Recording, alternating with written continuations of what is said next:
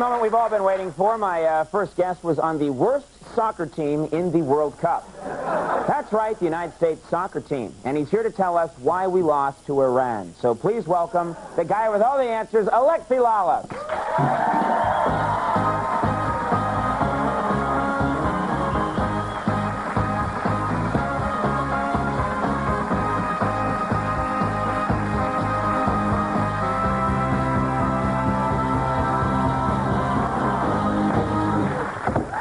Now, let's begin, Alexi, by saying you've been on the show a couple of times. You and I have a great... never with an intro like that. Oh, I'm sorry. Like, oh, one of the greatest soccer players ever. No, he's a big loser. We're very loyal here. Yeah, right.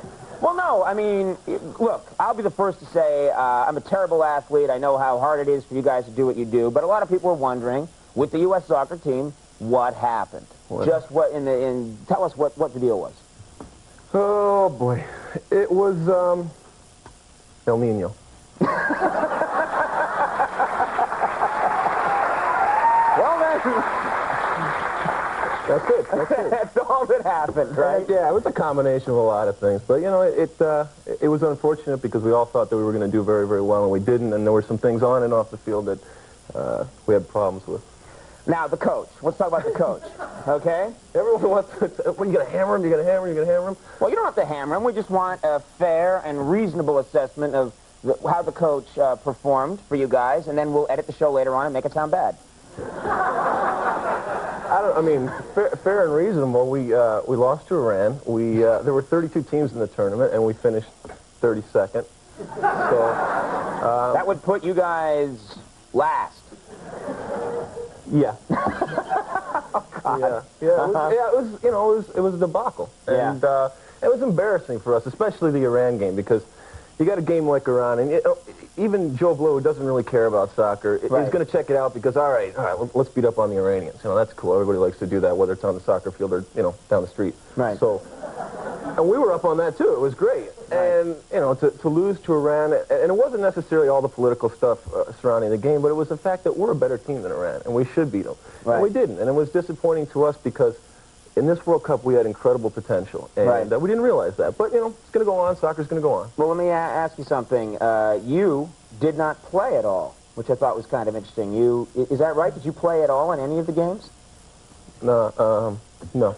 Well, thanks for bringing it up. That's wonderful. Well, no, I want to talk about this because we actually we have a highlight. I guess you spent most of the time on the bench. Yeah, I was picking splinters and riding pine and doing all that stuff that they talk about. So right. You have highlights. We have actually highlights of you in the World Cup, and let's take a look at that right now.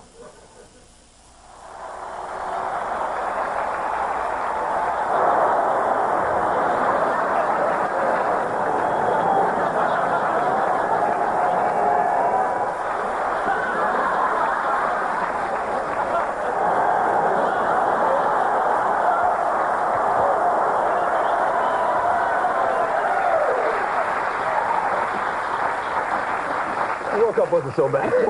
Looked like you were having a good time there. Well, you got to find something to do with your time when you're sitting on the bench. Well, you were in France, which is a nice place, right? Yeah. How was it being in France? Did you enjoy that? Awesome, and especially with the World Cup.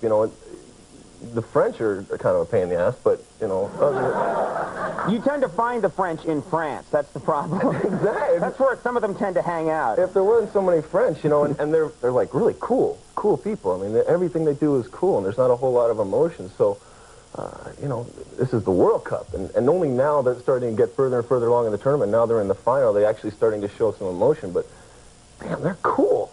They're cool all the time. It's incredible. Like they're afraid to go, yeah, we did it. Yeah, they're afraid. And it's like, ooh, yeah. That's right. I noticed them all smoking while they were playing soccer, which you don't see often. Guy scores a goal and... But that's cool. It is very cool. You got to like that. Yeah. Did they... I was in London last week. I was actually in London when they were knocked out of the World Cup. Oh, man. And it was pretty extreme. I mean, people were suicidal in the streets. People were walking around because it's their whole life.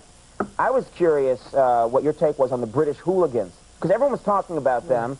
The British went over to France, and they've just been going berserk and smashing things and acting crazy. Yeah, I mean, it's a bunch of guys that really aren't into soccer, and unfortunately, a lot of times that's what you get over here is just the highlights. But we should probably make a rule that hooliganism is only acceptable if your team's in the final. So, like, we got France and Brazil in the final. Right. So you can do whatever the hell you want. Rio, you can tear Rio down. You know, Paris, you can tear it because they're in the final. So if we can adopt that rule, I think it'll stop a lot of the problems. Because these guys, you don't think they got far enough to justify them running around going, "Blimey," and smashing people over the head with sausages. Yeah, you should get to the final. Actually, none of them ever said "blimey." But now let's ask about you specifically. Enough about the World Cup. You were you were playing in Boston. I washed my hands completely of this whole situation. That's it. I'm out. Okay, you're done. Yeah. You're done with talking about the World Cup. But you personally, you're not done with soccer. No. I actually got traded earlier this year to New York? Our own New York, New Jersey Metro Stars, and have been playing. And I'm back here. We have a game this weekend, and it's going great. I love it. Now, how do you like the New York fans? Are they different from the Boston fans? Yeah, up in Boston, I played there for 2 years, and it was great. It was like, you know, you'd be walking down the street, and someone come up to you, "Hey, can you sign this for my kid," or whatever, like it. And you know how it is in New York. It's like, "Hey, you suck," you know.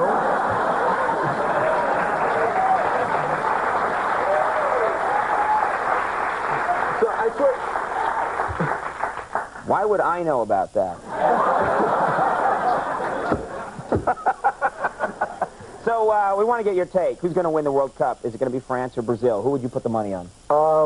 I'd love to see the French go nuts and win it, but I think it's going to be Brazil. Okay. Yeah. I think, you know what, I got to say, I've just on a personal note, I've noticed a lot more enthusiasm and interest in soccer in the United States this time around. Even, you know, despite the team's performance, I think it's come up like a whole other notch. Like you said, it's getting there, and, you know, we'll put the World Cup behind us, and soccer is going to continue to grow, and it's got an incredible future here in the States. Well, thanks a lot for coming back. Thank you. You got a great sense of humor about the whole thing. Thanks for being here. Alexi, Lalas, everybody. Team's on coming up. We'll be right back.